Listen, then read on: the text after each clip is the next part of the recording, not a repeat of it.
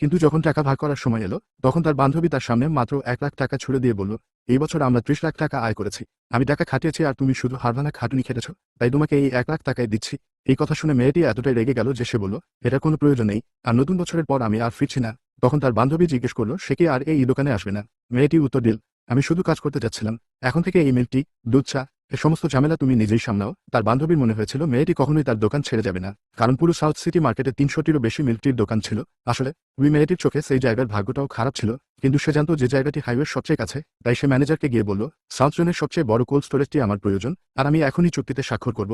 তখন ম্যানেজার তাকে বুঝিয়ে বললেন, এই কোল্ড স্টোরেজটি গত 3 বছর ধরে খালি পড়ে আছে, এর কম্প্রেসর এখনো চলে, কিন্তু এতে প্রচুর বিদ্যুৎ খরচ হয়। তাছাড়া এই জায়গাটি বেশ নির্জন, সব মিলিয়ে তুমি এটা দিয়ে কি করবে? তখন মেয়েটি বলল, অন্যদের কাছে এই জায়গাটি নির্জন মনে হতে পারে, কিন্তু আজ বিকালের মধ্যেই এখানে সবকিছু বদলে যেতে পারে। মেয়েটি তৎক্ষণাৎ হ্যাঁ বলে দিল। তখন ম্যানেজার বললেন, বিকেল 5টার আগেই পুরো গুদামটি বরফের মতো ঠান্ডা হয়ে যাবে। মেয়েটি যখন সেখানে থেকে বের হলো, তখন ঠান্ডা হাওয়া সরাসরি এসে তার গায়ে লাগলো। পরবর্তীতে তার বাড়ির কেউ তাকে বোঝাতে গিয়ে বলল, এটা অবশ্যই সত্যি, কিন্তু অন্তত সে তোমাকে একটা ভালো বেতন তো দিত, তাই কাল তার জন্য একটা উপহার কেন, ক্ষমা চাও এবং কাজে ফিরে যাও। কিন্তু তখন মেয়েটি ক্ষোভের সাথে বলল, 30 লাখ টাকা আমার বান্ধবী দান করেনি, ওটা আমার রক্ত জল করা পরিশ্রমের উপার্জিত টাকা। আমার পরিশ্রমকে সম্মান জানানোর বদলে সে আমার সাথে ভিখারির মতো আচরণ করেছে, তাই আমি না খেয়ে মরে যাব, তাও তার কাছে আর ফিরে যাব না। তখন তার মামা চাচা রেগে গিয়ে বললেন, তার টাকা আছে, চেনা পরিচিতি আছে এবং শহরের কেন্দ্রস্থলে সবচেয়ে ভালো দোকানটি আছে,